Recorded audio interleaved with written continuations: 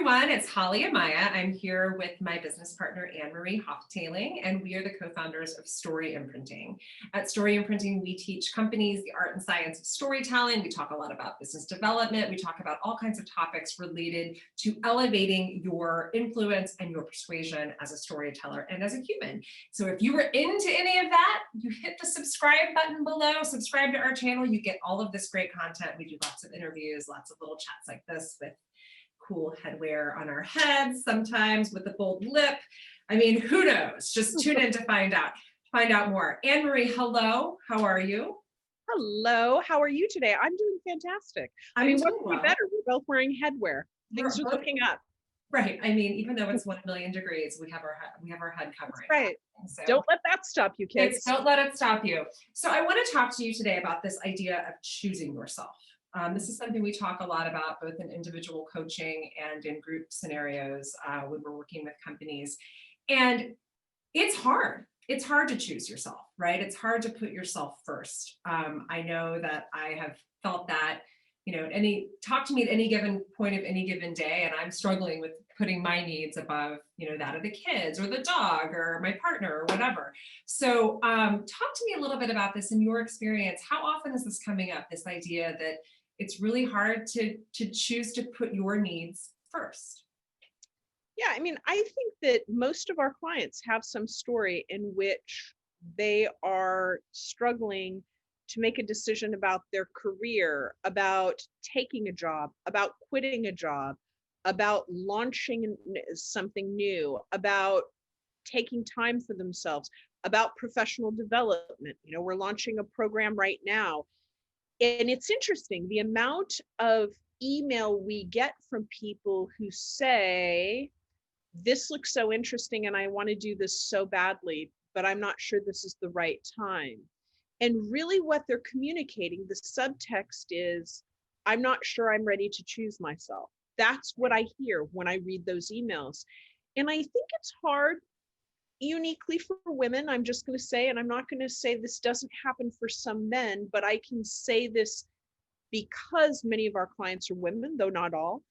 There's an entire economy that is sustained on women sacrificing their time, right, and giving their time away, whether it's at school, at work. Women are the ones organizing the holiday party.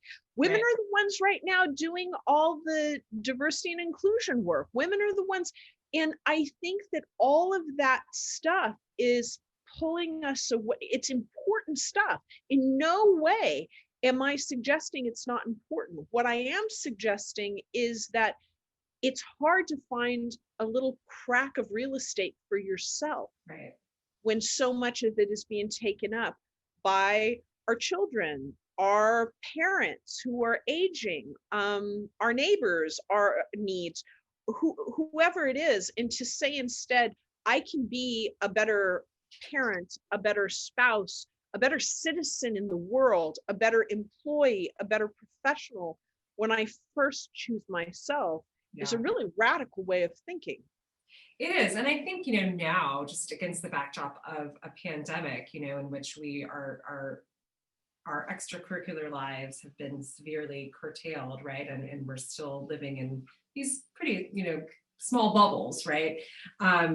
I have found personally that the volume is way turned up on that. It's even harder to either choose to put yourself first in terms of time. Like, I need some time away from my family for 1 hour where no one is asking me for something. And guess what? In that hour, I don't want to do anything for anyone. I just want to read a book, right? Like, exercising doesn't count, although it's important, but like being able to carve out that time where you're just focusing on you, and also financially, right? I mean, I personally remember, when I first found you, and I was looking, this was many, many years ago. I was interested in pursuing a coaching relationship. I knew that I wanted to make some changes professionally, but I remember thinking, man, I don't know, like, my company's not going to pay for this. Should I do this? And it was this mindset shift that I had to really, that I had to make. And looking back, I think, oh my God, how expensive was it for me not to have done this like so many years prior? I mean, I really, I mean that. And I think, I hear this a lot from women when they're looking into coaching, or they're, perhaps looking into some other kind of professional training opportunity that is not company sponsored, that they would have to go out of pocket for. And they just think, oh, it just feels really indulgent. And to that, I just often think like, yeah, but what is the cost? I mean, what's your thought on that? Yeah, I think that that's an excellent point. And I would say, listen, there's a lot of garbage out there, and not True. everyone is for everyone. We may not be for you. Always tell clients, hey, listen, go and talk to some other people, because I think of this as incredibly important, intimate, valuable work. And you have to make damn sure, if you're going to write somebody a check, that they are your person. Right. What I am also convinced of is, if you find that person, it can be absolutely transformational. And to your point, it is much more expensive not to do that work and to get that development and that training. And I think it really is a radical shifting in your belief system that really comes down to, I am valuable, I am worthy, I am worth investing in. We think about how our kids are going to spend a summer, and we think Totally. nothing of writing 5 checks to various summer camps. But when it comes to ourselves, we stop and go, well, I mean, I don't need it. And what you're really saying is, I'm going to discount myself. Yeah. I'm going to shrink myself a little bit. I'm going to contract myself. And I don't know who that serves. It certainly doesn't serve your children, because they need a parent who is fully empowered and modeling that behavior. If you want your children to be empowered and to choose themselves, to be able to develop, to think for themselves, to make choices based on investing in themselves and not giving away their time, then you need to be a model for that. Yeah. You don't belong in a discount bin. You don't. You Get don't. yourself out of there, girl. Get yourself out of that discount bin. Well, this was lovely. Thank you for sharing all of your wisdom as always. And, if you're watching this and this speaks to you, if you've felt, that it's difficult to make this choice and you're feeling brave, let us know in the comments. We write back to every single one of them, literally every single one. We do.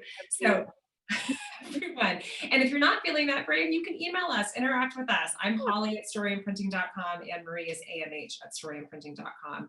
Don't forget to subscribe to our channel. We appreciate all of you. Check out our channel, tons of good videos on lots of different topics, and we hope you have a fabulous day. See you later, Anne Marie. Bye.